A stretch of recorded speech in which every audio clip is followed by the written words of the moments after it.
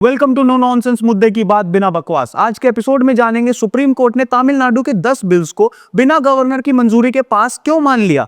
राष्ट्रपति को आदेश देना क्या यह संविधान का हिस्सा है या सीमा के बाहर जाना, और आखिर उपराष्ट्रपति को आर्टिकल 142 से इतनी परेशानी क्यों है। तमिलनाडु विधानसभा ने 2020 से 2023 के बीच लगभग 12 विधेयक पास किए। नियम के मुताबिक ये सारे बिल राज्यपाल RN रवि के पास भेजे गए, लेकिन उन्होंने क्या किया, ना साइन किया ना रिजेक्ट किया, बस दबाकर रख ली फाइल।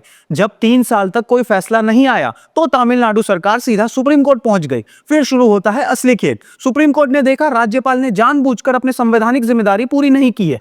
उन्होंने बिना कोई कारण बताए बिल वापस कर दिए, कुछ राष्ट्रपति के पास भेज दिए और कुछ को फिर से रोक लिया। कोर्ट ने साफ साफ कहा, राज्यपाल संविधान से चले, न कि किसी पार्टी की मर्जी से। आपका काम ईमानदारी से काम करना है, अटकाना नहीं।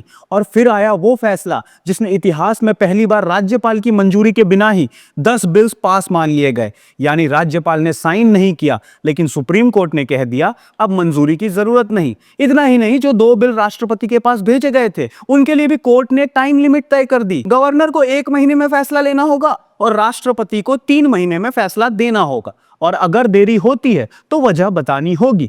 8 अप्रैल को यह फैसला आया और 17 अप्रैल को उपराष्ट्रपति जगदीप धनखड़ सामने आए। उन्होंने कहा, आर्टिकल 142 अब लोकतंत्र के खिलाफ एक 24/7 चालू रहने वाली न्यूक्लियर मिसाइल बन चुकी है। कोर्ट अब सुपर पार्लियामेंट बन गया है। मतलब सीधी बात, कोर्ट ने गवर्नर और राष्ट्रपति दोनों को टोक दिया तो सत्ता के गलियारों में बैठे लोगों को तकलीफ हो गई। We cannot have situation where you direct President of India and on what basis? The only right you have under the Constitution is to interpret the Constitution under Article 145(3).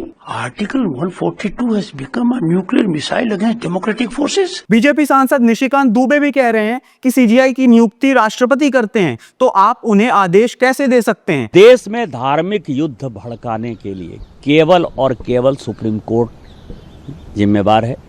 Show me the face will show you the law.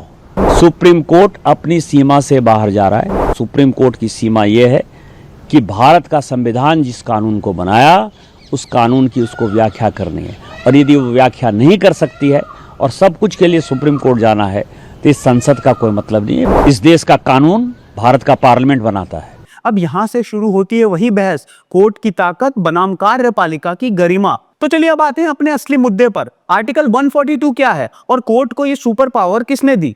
तो जवाब इसका सीधा है, भारत के संविधान ने। Article 142 कहता है सुप्रीम कोर्ट ऐसा कोई भी आदेश दे सकता है जिससे कंप्लीट जस्टिस हो सके। यानी जब कानून की भाषा चुप हो जाए, जब सिस्टम फेल हो जाए, तब कोर्ट के पास ये इमरजेंसी पावर है जिससे वो मामले को सुलझा सके। डॉक्टर भीमराव अंबेडकर ने कहा था ये सेफ्टी वॉल्व है, ताकि जब बाकी सब फेल हो जाए तो इंसाफ जिंदा रहे। अब ये कोई नई चीज नहीं है। 1950 से अब तक सुप्रीम कोर्ट ने 790 से ज्यादा बार इसका इस्तेमाल किया है।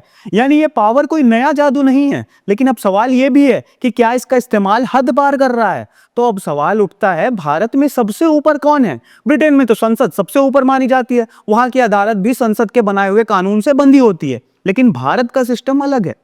यहाँ ना कोर्ट सबसे ऊपर है, ना राष्ट्रपति, ना संसद। यहाँ सबसे ऊपर है संविधान। और संविधान क्या कहता है? वो कहता है कि हर संस्था की अपनी सीमा है।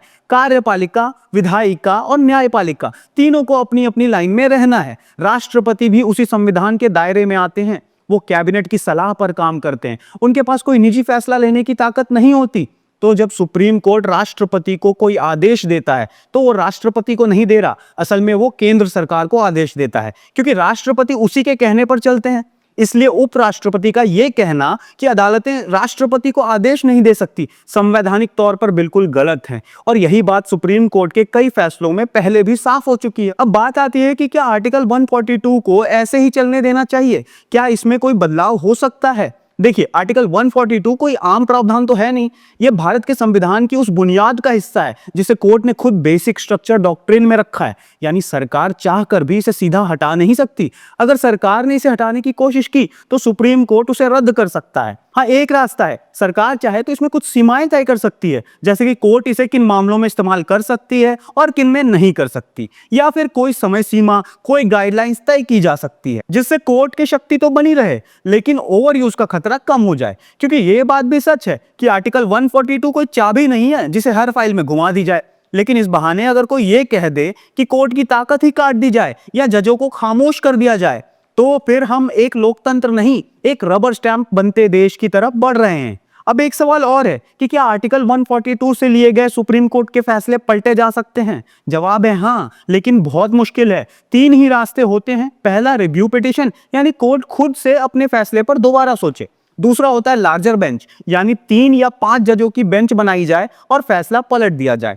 तीसरा होता है कॉन्स्टिट्यूशनल बेंच, जो ये तय करे कि पहले का फैसला सही था या नहीं। लेकिन जो भी तरीका हो, एक बात तय है, आर्टिकल 142 से आया फैसला कानूनन उतना ही मजबूत होता है जितना कोई और फैसला। अब अगर बात करें इस पूरे विवाद की असली सीख की, तो जब कोई सरकार फाइल दबाकर बैठ जाए, जब राज्यपाल पार्टी लाइन पर चलने लगे और जब राष्ट्रपति तक चुप रह जाए, तो उस वक्त इंसाफ की उम्मीद सिर्फ सुप्रीम कोर्ट से ही बचती है।